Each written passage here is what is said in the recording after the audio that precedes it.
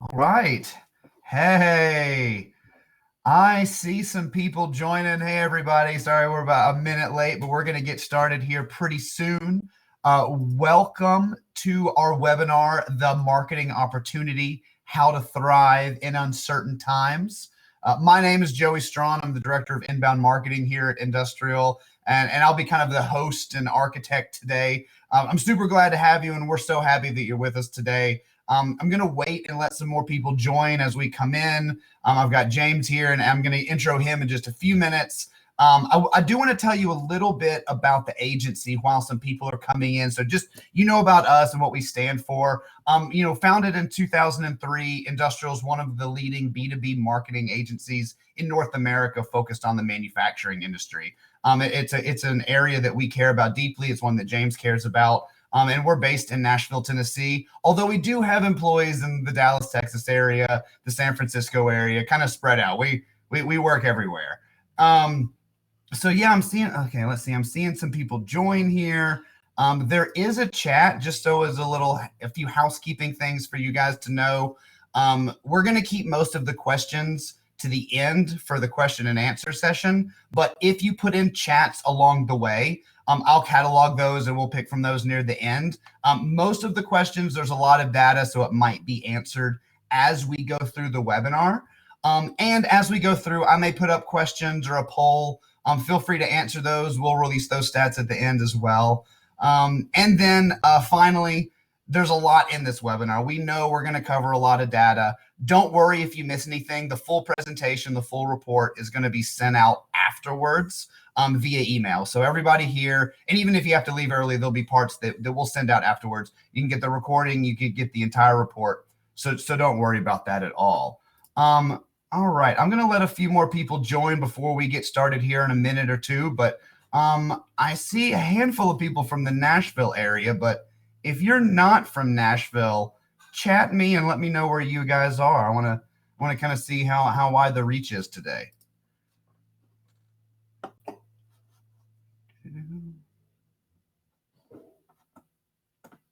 Don't want to lose anybody here. We're making sure we're gonna dive in.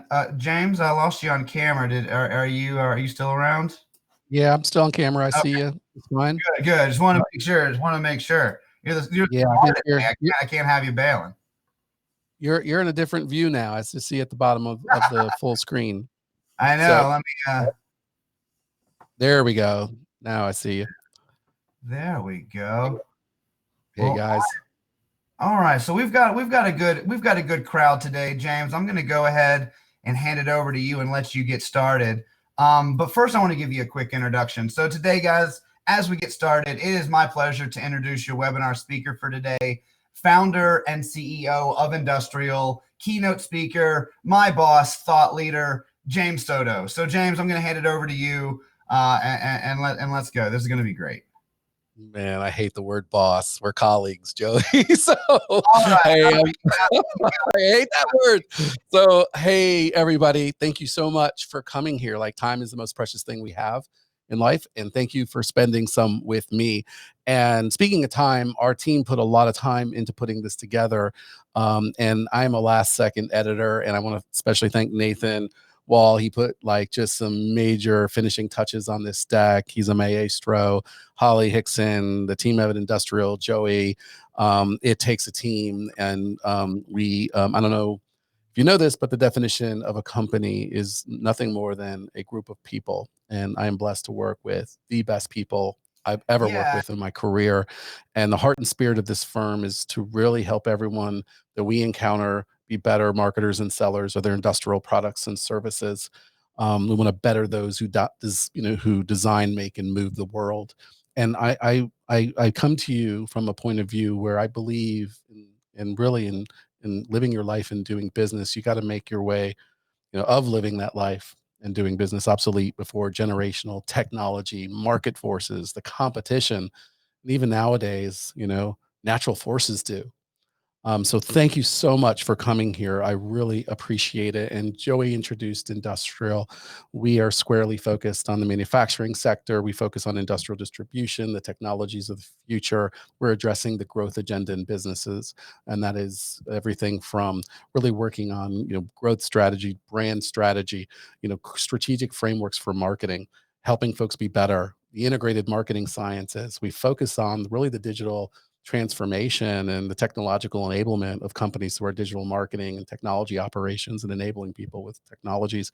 And we focus on the data side. We look at really analytics and insights, and we practice what we preach. We produce media. We have a mission to help folks be better marketers and sellers of their industrial products and services. So we do the things we would expect you as a manufacturer, distributor, or even if you serve folks like that to do.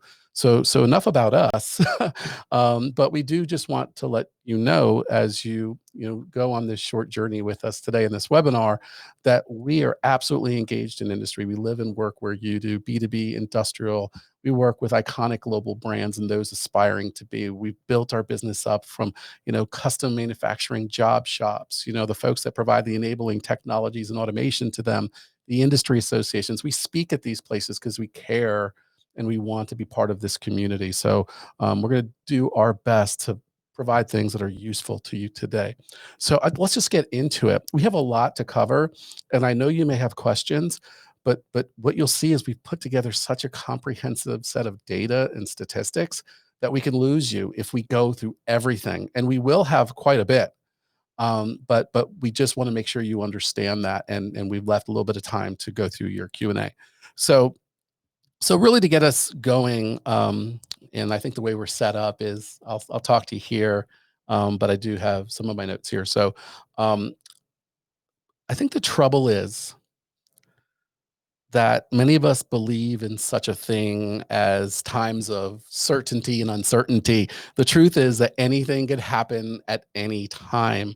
And as Simon Sinek in his book, The Infinite Game, wrote, that crisis is the great revealer of the fact that in life and in business, nothing is certain.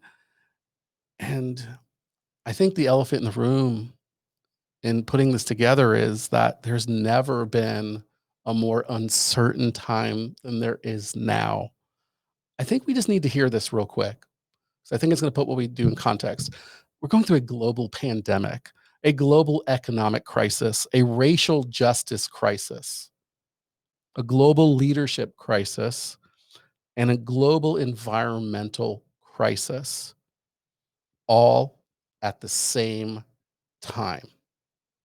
Think about that. And the one crisis I didn't mention is what's going on in your life and in your family, in your business. So let's bring some sunshine to the world, and we'll do that by insights and hopefully giving you some things that could really help you. So all this is happening at the same time. We need to make changes. We need to make them now. And we, even though we're not just finding ourselves in a crisis like another great recession, we're in the midst of a great acceleration. As you know, certain technologies have come into play. The past is gone. We have to manufacture our businesses of the future.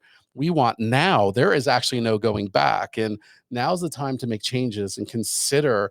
And by the way, we're not speaking to just marketers here to convince you that you need to market through a recession or times of crisis. I think we understand that. We're speaking to leaders of industry. We're talking to the CEO. We're talking to anyone here who's concerned with your growth agenda, because we can't just look myopically at marketing and not understand all the other decisions that go into really addressing, the marketing opportunity and how you're going to really deal with where we are today. And so we got to make changes. And perfect example is, many of you use Zoom and, Microsoft Meetings and Google Hangouts. They aren't the future. They're our present now. And that's what I mean by the great acceleration. It's accelerated the adoption of technologies. E-commerce for manufacturing and distribution isn't the future. It's the present. In the last, there's a period of this year, in 8 weeks, there's been more progress in e-commerce than in the last 5 years. Talk about acceleration. I think we all sense it. and the businesses are getting savvy to the fact that we have to move here. So that's, I think, the content and spirit we're going to get here. So we can't be certain. We don't know how long these recessions are going to last. They average on, average 9 months. The Great Recession was an exception, 18 months. It lasted, but then it took 21 months after, multiple years before it went to pre-recession GDP levels. So we have to really understand and start thinking about what that means with all of these crises, everything going on in this COVID world. So today, I'm here to share what we can do. And namely, we can mitigate risk. We're never safe. A meteor can hit us, but we can mitigate risk. We can be safer. We can avoid mistakes. We can follow winning moves and leverage insights that, in doing so, really increase the probability for us to be successful and thrive on the other side of this. So, ladies and gentlemen, welcome to the marketing opportunity. Okay, so. Woo! So we're gonna do some stuff today, and I just want to give you the thesis for this. And by the way, this is all created so you can create your own opinions. You can use lots of different insights and things we're going to give you. We have a lot. Wait to the end of this. We have a lot of goodies. We'll talk about that. But I want to give you the thesis for this, and it's my pattern thesis. And I'm going to start with a story here. It was early 2008. I have this great habit of starting the business during the manufacturing slump after 9/11. I split off from an industrial media company. I also was working while I started Industrial Strength Marketing, which is, this is the industrial brand agency now. And, gave up about $1 million worth of revenue. Boom, Great Recession. And it was in that period, 2008, it was a time when the nation was really reeling from the realization of the financial collapse. And many of us can remember it. It was brutal. And I recall meeting with the president of a major process equipment manufacturing company who was really, really struggling with whether or not to pause what was in essence, and completely cutting what was his strategy for digital and for, enabling their sales organization and media and advertising, just kibosh. And I just remember it like it was yesterday. He was literally struggling with an issue. It was just not marketing in the vacuum. See, that's what we have to take from this. And that he was literally like, his hands were coming down. He's like, and you rub your eyes, and wiped it down his face painfully, kind of like he had some tough calls to make. And this is a good man. And I remember looking at him and saying, hey, we're doing this thing to you. It costs about $20,000 we're doing right now in terms of this scope, in terms of some of the digital enablement and web. I know I believe you do have to invest in marketing, but let me go look to see like what people are doing. What are the outcomes during these times? Let me come back to you, and let's then decide what's best. And that's where this webinar started. And so I went out digging, and one of the things I encountered was the McGraw-Hill study that was produced, and it really looked back in 1985. We looked at that 1981, 82 recession, and what it came back was this: that companies that maintain or increase their ad budgets experience a 256% increase in sales compared to firms who cut their budgets. And this was a very good statistical B2B, industrial example. And that companies that maintain or increase their marketing through a recession experience on average 275% sales growth over the next 5 years. And companies that cut their budgets, they see just over about 19%. So having returned, saying, this is what we're seeing. I was here with this president. Keep in mind, he's the president of a $60 million process equipment. They're real lives. Again, a company is a group of people. I'm a founder. I know what that means. He made just a decision. But you're going to have to wait to hear that at the end of the webinar, because I want to give you context first. And it may not turn out how you expect. So let's get into the value here. This is not for us to tell you what to do exactly. We've put together so many resources. Here's just 23 of them. When you look at the report that will follow here, of multiple studies to validate what we could see. My pattern thesis is that what if we are able to look and find patterns over multiple recessions, multiple contraction periods, what people did, and what were the winning and losing moves they made? What were things we can do that if we changed what we do now could increase our chances for success? And what are the things we need to avoid, which were these losing moves? So all of these resources are going to be provided to you, both from, marketing services firms, industry firms, research companies. And this is extremely comprehensive.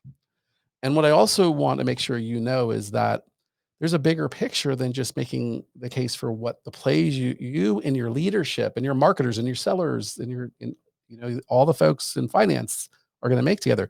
So at the end of this, we're going to give you a number of different resources. You'll get the marketing opportunity guide. This is this report that we're going. It's like 25 plus pages.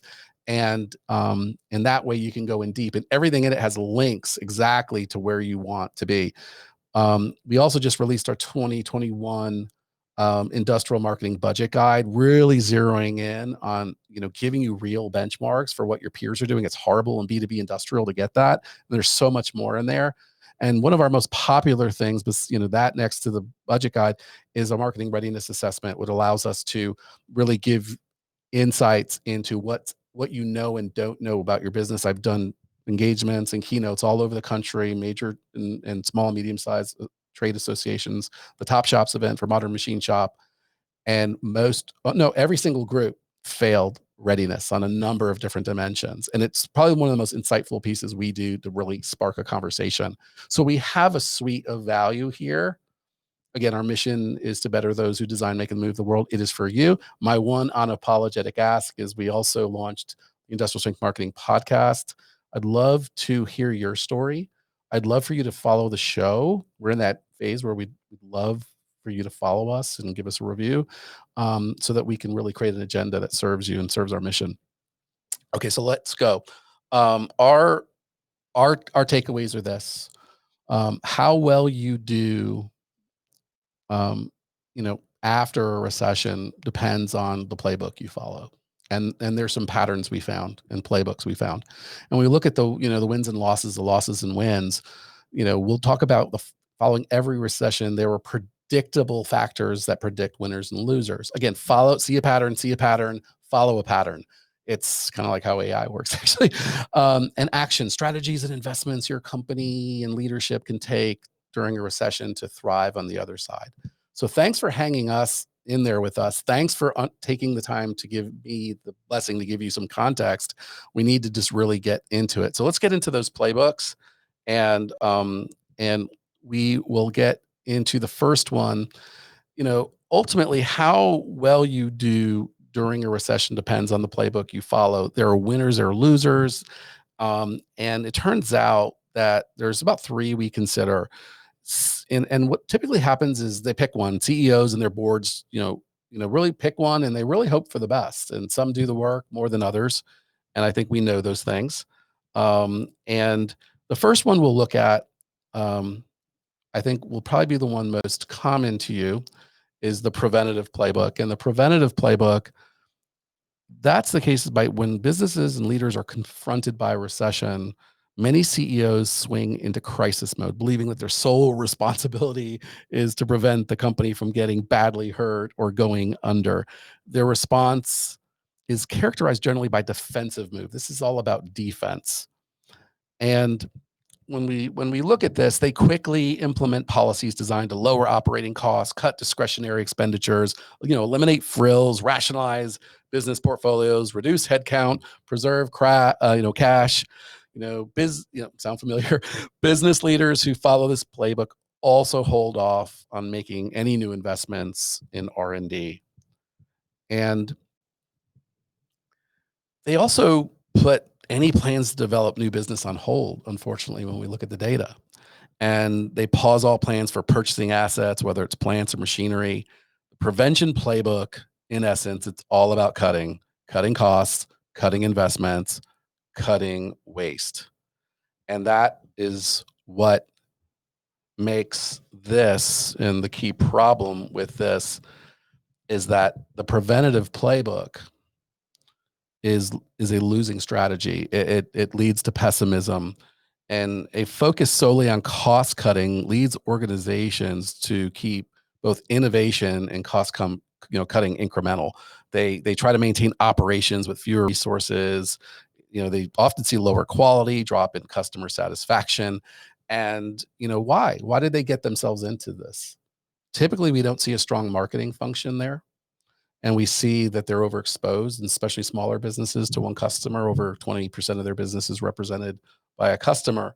And so there are just some things they can and cannot control.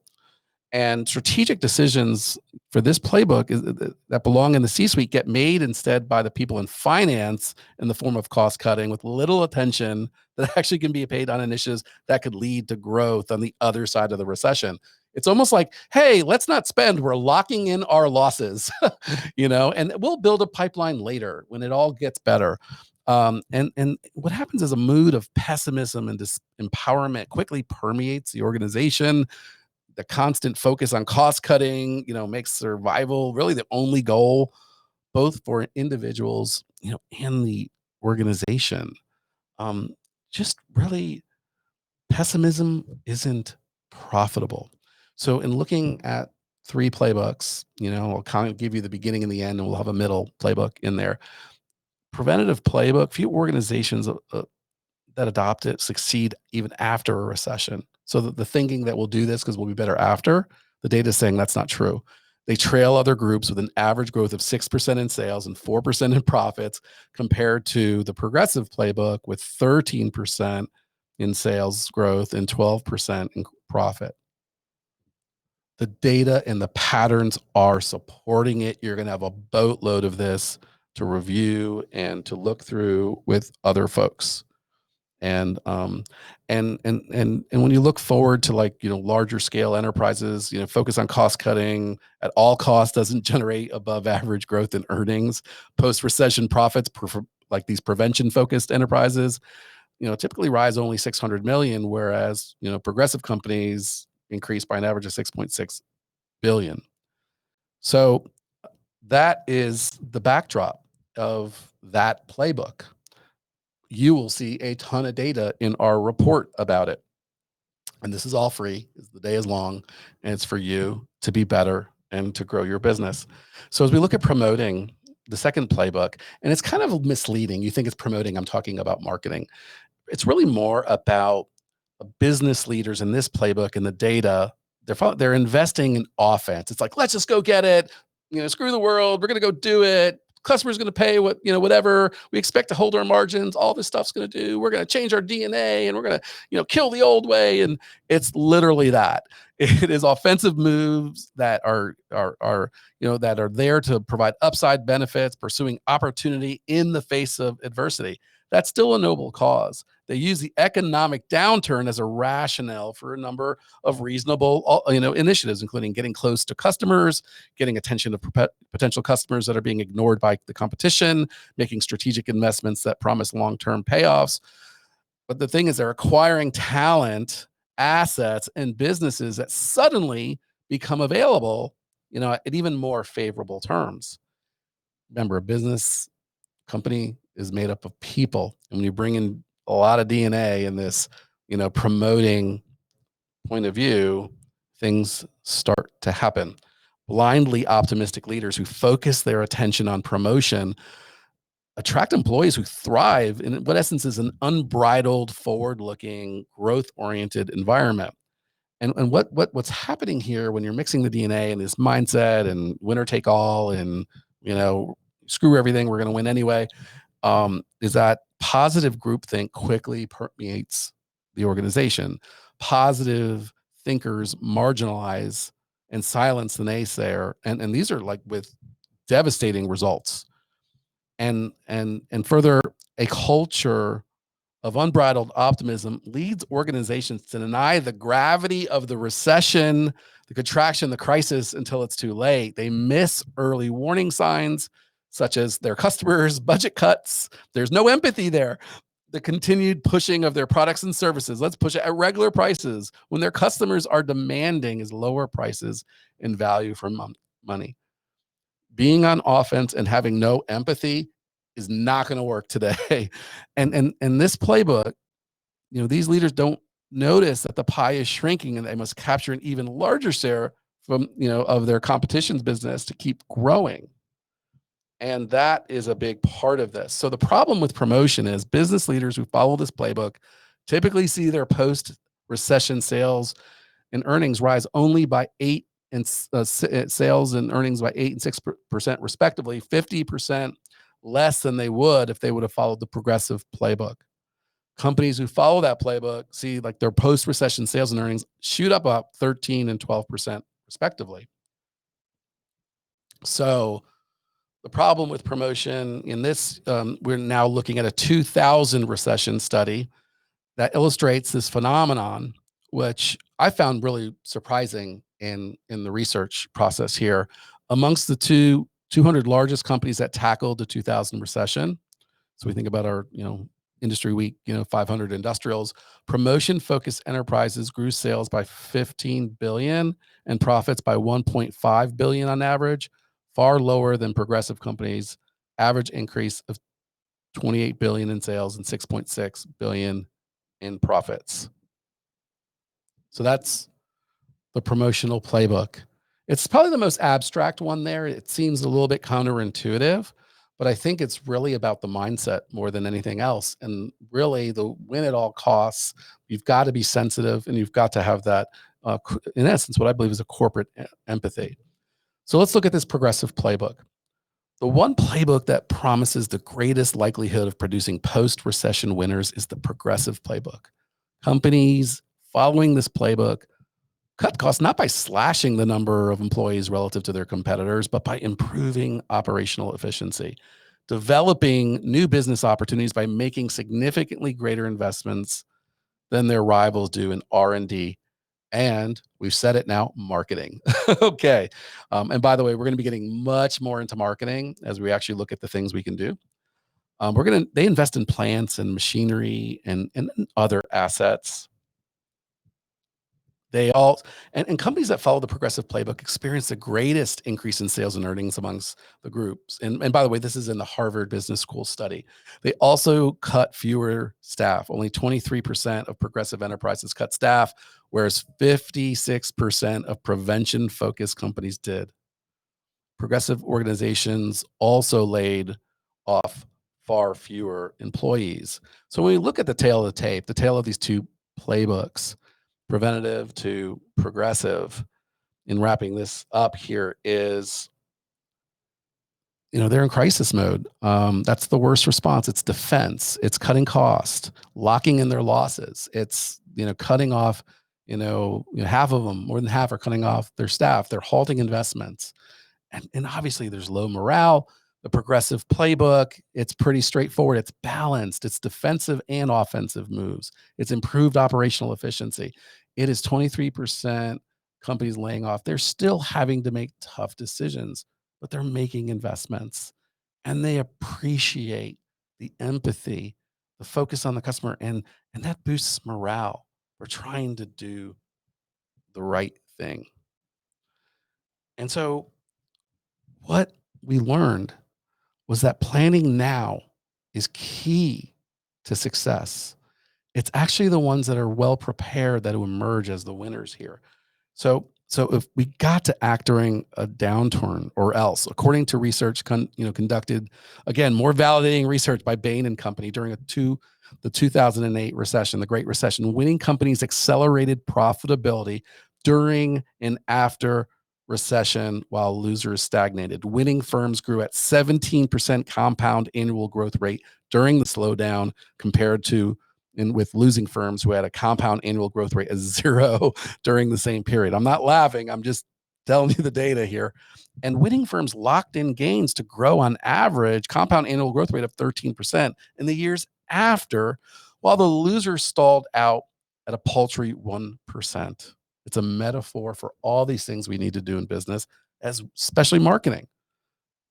And you're locking in your losses, and you're not going to thrive on the other side. It's what you do now. We're seeing, and even just by that advertising stat shows you outperform up to 200+%. So again, how many studies do we need to look at? But the thing is, it's not what we're looking at, it's what you're going to get to look at. So as we look at these winners and losers here, not all industrial companies recover from a recession in the same way. There are those who survive, there's those who thrive, those who fail. The key is coming out on the other end of this recession or as a winner is really with the key is preparation, and preparing now enables you to gain market share and acceleration. That is a fine, optimistic, and certainly strategic objective you can look at. And research conducted following recent recessions, we've looked at recessions from the Great Depression all the way to now, that shows that well-prepared companies, they're just emerging as winners during and after. I can't say it enough. And as we look at the anatomy of a losing industrial company, again, you can't cut your way to expense. They struggle or fail following the recession, taking very similar patterns of action. My pattern thesis is very much showing to be true. Losing companies try to cut their way to success. They get out the machete, they slash left and right for years, and just they just want to get out of the jungle alive. They're losing companies. They're I don't know if I mentioned it before, but they're slashing spending on R&D across all business units. This anatomy you've heard. This should feel repetitive because it is a pattern. And to reduce spending on sales and marketing campaigns, they lay off valuable employees and halt important acquisitions. Losing companies also lose their way, though, in other areas of the business. And this is, again, looking at the Bain & Company study. Companies that perform poorly during and after recession because they also take their focus off their core product lines. They waste a lot, scarce time and resources chasing after the latest hot technology or shining object. And you see that, like, especially in that promoter playbook. It's not about shiny objects. You've got to pick your battles wisely. So losing firms will also try to wait out the clock, enduring poor sales revenue results for the duration, unwilling to take preemptive action. When they finally get around to it, they realize that the market and their competitors have overtaken them. We're moving digital. We're in the great acceleration. You've got to do something different. So what are the results? Losing firms obviously get the predictable results. Growth, worse chance of pulling ahead of the competition. They have that lowest 20, I think the faster you cut and the deeper have the lowest probability. Like, I think it's 21% of pulling ahead of the competition when things get better. Market share in the first 2 years of recovery. The companies that cut their marketing spend during economic years, these are marketing stats, gain a mere 0.6% market share. 80% of companies that wait for marketing until post-recession expansion to advertise sees zero increase in market share. And again, we can look at and debate the dates of these studies, but we can look at the patterns and profits. Businesses that cut their marketing spend during economic downturn average a fall of profits of about 0.8%. Companies that focus on cost cutting during recession trail other groups, just 6% in sales, 4% in profits. So to remind you again, compared with that 13 and 12% of companies that balance strategic cost cutting with aggressive investment. So let's look at the anatomy of that winning company. So this is a tool for you, again, to frame the issue, look at what is happening in terms of playbooks, talk about winning and losing companies. And I kind of like this one here. This is a fun one.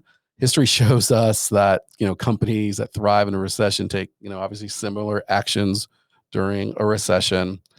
And according to, again, some of this research we saw from Bain, companies that exit a recession in the best shape tend to see the recession coming, and they capture the opportunity actually before the downturn arrives. I think I've seen enough in the history of our company. And, you know, worst case scenario, we've just had a flat year during the Great Recession, but it took a lot of work. And I wish I would have saw that coming. And so what these winning companies look for is they look beyond cost cutting as a strategy for surviving in the downturn. And, you know, winning companies, they treat the recession as if it's an auto track, knowing that their best place to overtake their competition is not on the straightaways, but it's on the curves. And the best drivers apply their brakes just ahead of the curve, i.e. they take out the excess cost, and then they turn hard towards the apex of the curve, i.e. they're identifying the short list of projects that will form the next business model.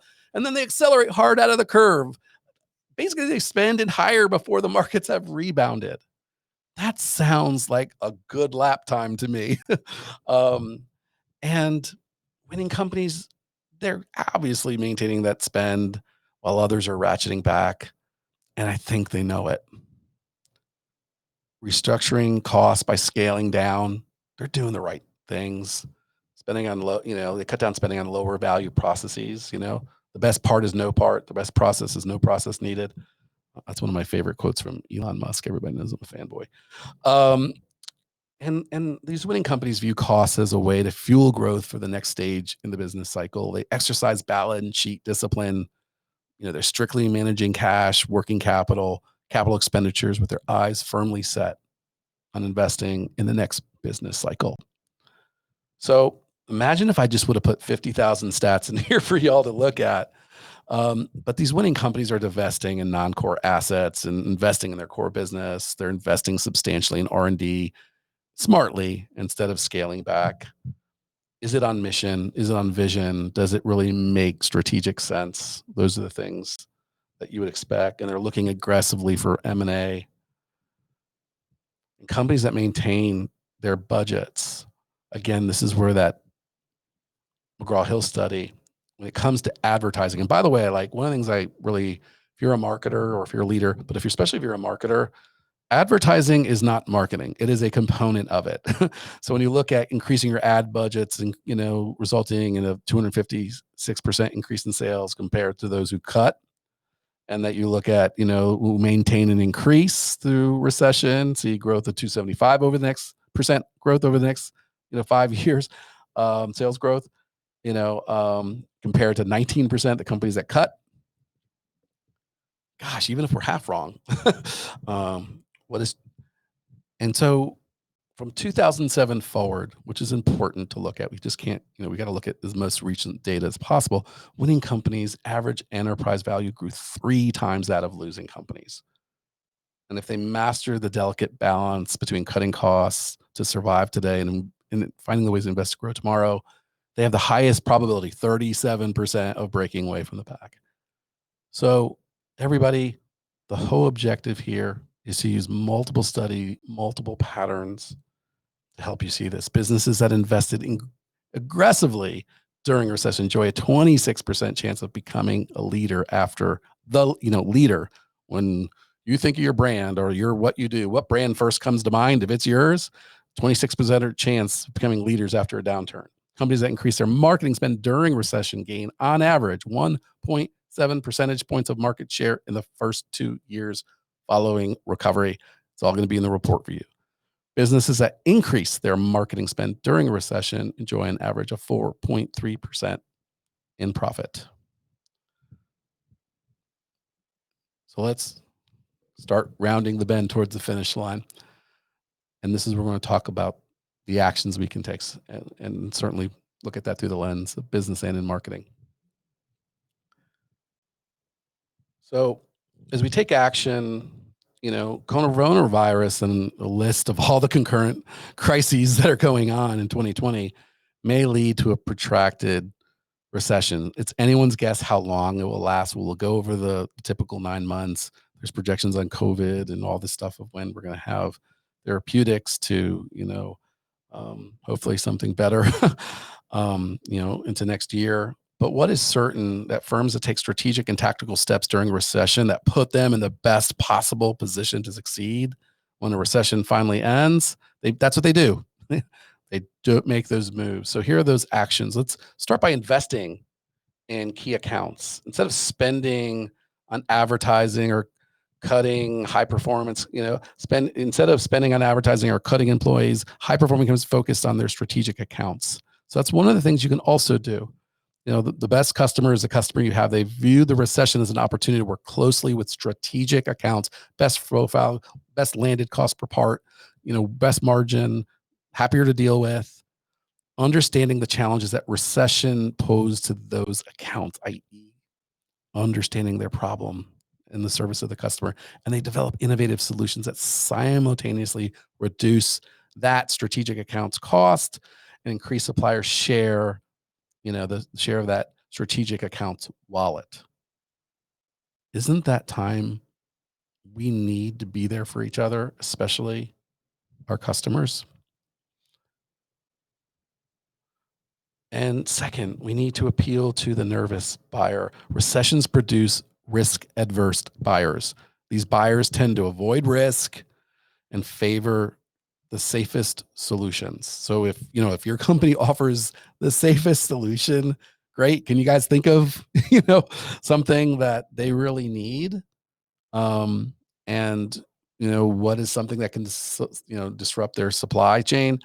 We have nervous buyers all around. But if you're a younger firm operating in a marketplace with larger legacy brands, you got to work harder to break through and appeal to these nervous buyers.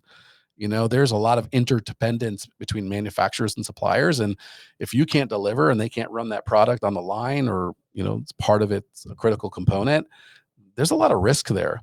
So strategically, a recession means fewer risk takers and visionaries, taking a lesson from Jeffrey Moore's Crossing the Chasm resource and using methods that appeal to mainstream pragmatists, industry-specific marketing tactics and solutions, vertical customer references, relevant partnerships and alliances, and whole product marketing. That's the lessons that tells. So you've got to adjust your marketing mix. When trade shows are canceled, who here, Joey probably should have a poll on this one. When trade shows are canceled, potential clients are working from home and direct mail and voicemail are being delivered to empty inboxes. You got to adjust your mix. Industrial firms have been slow to embrace digital, and some haven't. It's like a spectrum now. And so now that coronavirus is making channels more vital than ever, and print and in person and other traditional channels and getting past the vestibule to plant are out of our foreseeable future, you got to focus your energy on digital.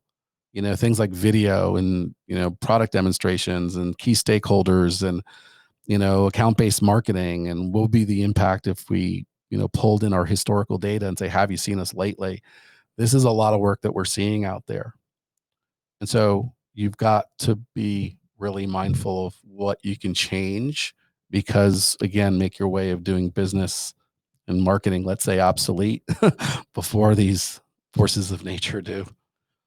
And you got to maintain and increase your marketing budget. You can't cut your way to prosperity. Winning companies coming out of economic slowdowns are the firms that maintain or increase that marketing activity level.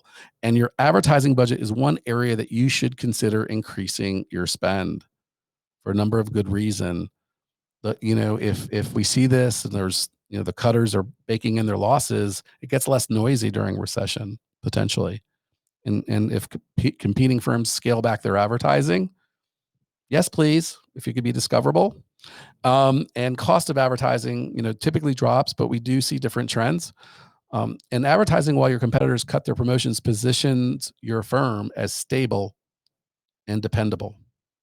It keeps your brand top of mind, just where you want to be when the economy or certain more confidence, and an appreciable level of certainty returns. And improving marketing employee productivity. This is really important.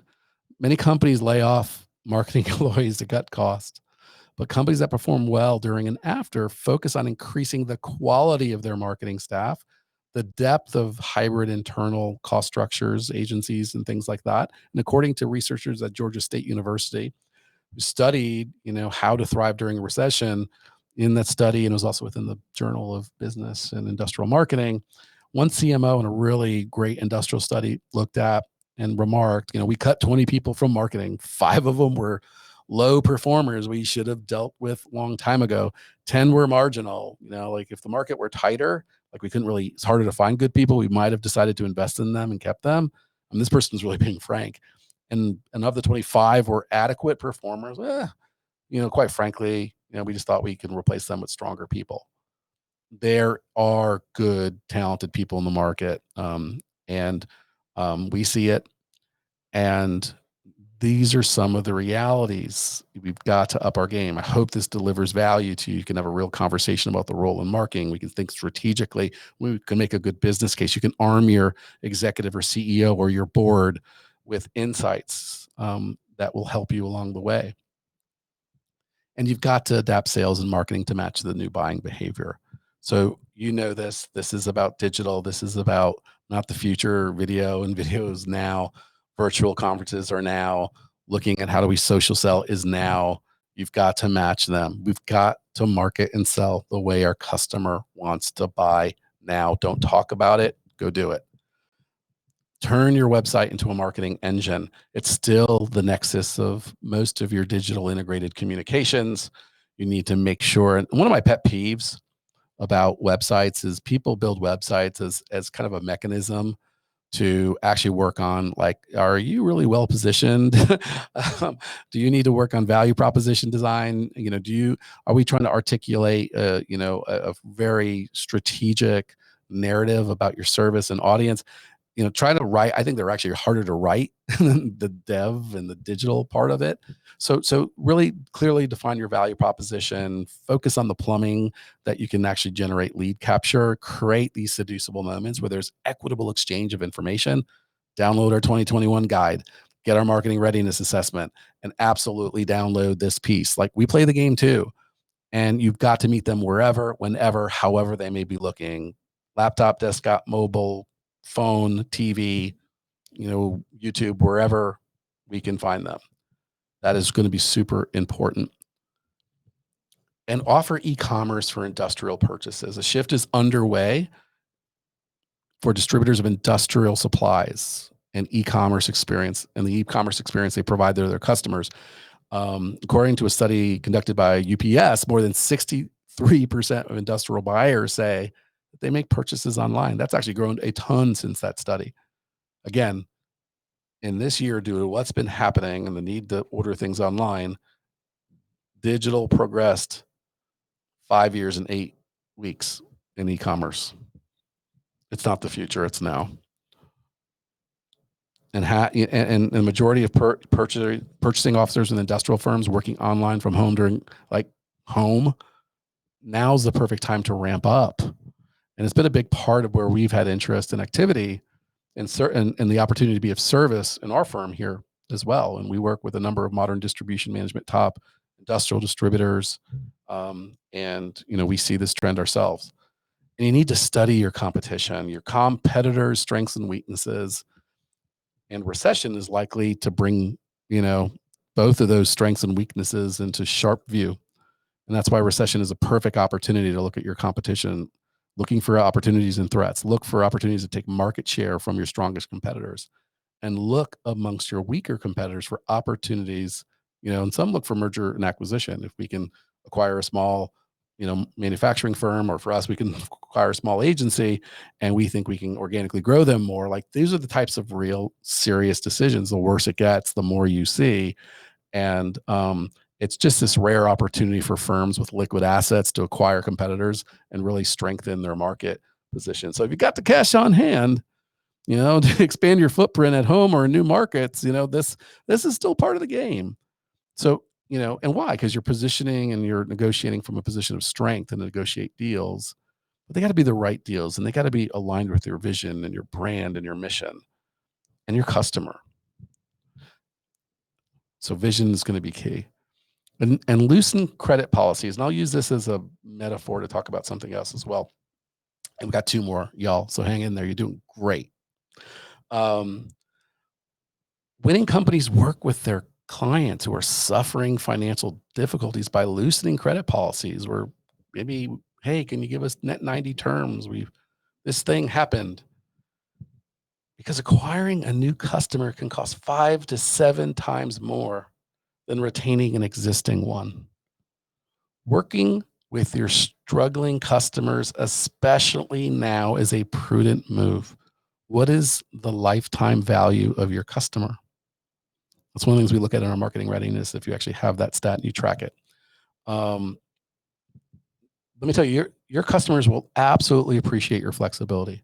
This is where that empathy comes in, and this is where we literally called every single one of our clients, just like, how you doing, and just listen and shut up. They will appreciate your empathy and true empathy, because you may have to recalibrate what you're doing for them, and that's the right thing to do. And you will appreciate their continued business once the economic slowdown passes. Again, costs 5 to 7 times more to attract a customer than retaining one. Improving customer retention is like one of the critical marketing things you need to think about. If you just increase customer retention by 5%, that increases profits from 25 to 95%. Big part of what you need to focus on. One of the biggest hacks here is making sure you think it's not all about new business. The success rate of selling to a customer you already have is 60 to 70%, while the success rate of selling to a new customer is 5 to 20. This is why companies are getting their data. They're getting out their old dormant clients, their past customer lists, things like that. That's critical. And then, again, this is all in a greater context. You got to screen and safeguard your supply chain. Advanced industries and companies have large and complex supply chains that stretch across continents and include hundreds, if not thousands, of vendors. Beyond their direct suppliers, company leaders may have little insight into supply issues. So if you're, looking at that side from, that lens in your organization, it's really important. But with COVID-19 disrupted, production globally, more transparency is essential. And if you've just looked at the news recently, there's a lot of folks saying order Christmas stuff now because they're already getting overloaded now. There's going to be a major problem. Just considering the burden that's been thrown on the supply chain, and they looked at UPS and their numbers are all moving down. They get below 95% on-time delivery rate. That's when you start to see things happening. And those U.S. Postal Services are already below that. I'm not sure if it was UPS, I think, is now hit like 95% and FedEx is 98. So they're saying, hold your horses. This is going to get rough depending on where we're at. So that's going to be a key thing to consider as well in these moves that we make. And e-commerce is a big part of, one of the ways that you can start to look at things differently. And we have to put, finally, and this is the last one here for y'all, before I got some surprises for you. We got to put people above profits. Industrial marketers can cause more harm than good by focusing on marketing at people and focusing on sales and profits alone. That's marketers and sellers. So focus on your messaging on solutions, not selling. 84% of respondents in a recent study said that they want brand advertising. They want what you communicate to focus on how you help people cope with the challenges they have in this new context, these concurrent crises. Double down on giving up the good stuff, sharing expertise like you've never done before. We're all faced with economic challenges right now, y'all, and no one is immune. So if you can resist the temptation to sell, I assure you, being of service, having a heart will deliver a friend in business and a financial return. So again, looking at the big game here, we talked about if you make moves now, and so adjusting, indexing it back to 100%. So when you look at 2007 Great Recession, losers and winners, and you move forward, if we act now, we reap the rewards. If this is an indicator for years to come. The winners of the 2008 recession locked in gains during and reap rewards for a decade. Your organization can do the same during this period. You got to do the research. You got to find your plays. You got to look at your unique situation. You got to look at the role you can do as a marketer. So as we come back to the story of the president of that $60 million process equipment company, they had to make a real tough decision. And, they had about 100 employees. And we looked at these trends, and what he made the call. He said, we're going to do it. We're going to continue to market. And since then, they have expanded their segments. They've looked at all the different power generating facilities that they looked at. They built a brand because no one else was marketing that we couldn't have imagined. And I get approached by like private equity companies. You know any manufacturing people that I actually introduced them to the private equity company and ended up acquiring them for $110 million. That's part of my body of work. And I think as we think of ourselves as marketers and sellers and leaders, the body of work are those things. It's not the accounts we brought on. It's those stories where we find the passion and the purpose. And our purpose is to better those who design, make, and move the world. And I hope this inspires you to have a great conversation. I hope I didn't bore you, but I'd be happy to take any questions you may have. And I've popped back on. We've been getting some questions in the chat, and I'll ask some of those, James. But as we go through, we've got about a few more minutes left, but I do want to get some of these questions answered. So one question is, what advice would you give someone who's already essentially following one of the playbooks, but they're not sure it's the right one or the best one, or how they need to make the next step? How would you approach that? Well, I think this is kind of the intent of what we're doing right now. I think you've got to dig deeper, and so I believe you've got to center your business on the customer, and profit should be the reward of that satisfied customer. You have to set up your team for success. That's so important, especially now people work for their families. And so I think when you really look at the playbook you're following, I think, what you need to look at, and this is why we did this in this context, because if it's like we need to market, here's why, and we're not thinking about finance and where are we with overexposure to one customer, or where the business is and what the market opportunities are, I think we're missing it. So when you look at your playbook, one of the things you have to do is honestly, here's the thing. Here's my simple answer. I'm founder and CEO of Industrial, and I had this problem where I used to try to figure all this stuff out myself. And I finally said to myself, you know what? Let me go to somebody else who's figured this crapola out and has the war wounds and the scars to prove it. I think that's one of the best things you could do, actually. And really look at folks that have been there, done that, who may and sometimes it's just a few more insights than you do. And look, because sometimes you're also too close to it. Yeah. And so that's a big part of what consultants and consultancy firms do, agencies do. We're a little bit of both, but also your peers too. So I hope that answers your question. But I think, I can't really manufacture any better one that I can think of right now. Well, and that's great. And we're right at time. So thank you, James. Thank you, everybody that came.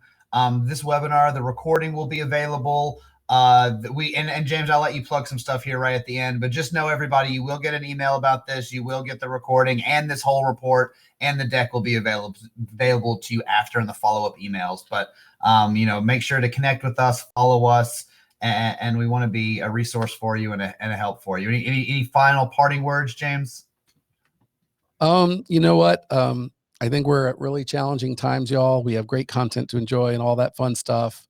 But I do think, you got to look for the silver linings in life. We're going through a lot of things, but if you look hard enough, there's some things that never would have happened that are amazing otherwise. And I hope we just gave you one thing that can just help you move the needle. We just gave you one thing and we help one person. I think that's the spirit that we did this here today. So thank you. Well, thank you, everybody. And be sure to look out for our next webinars. And we hope you have a great rest of your day. Please reach out if you need us. And now we give you back to your regularly scheduled workday. Bye, everybody. Cheers.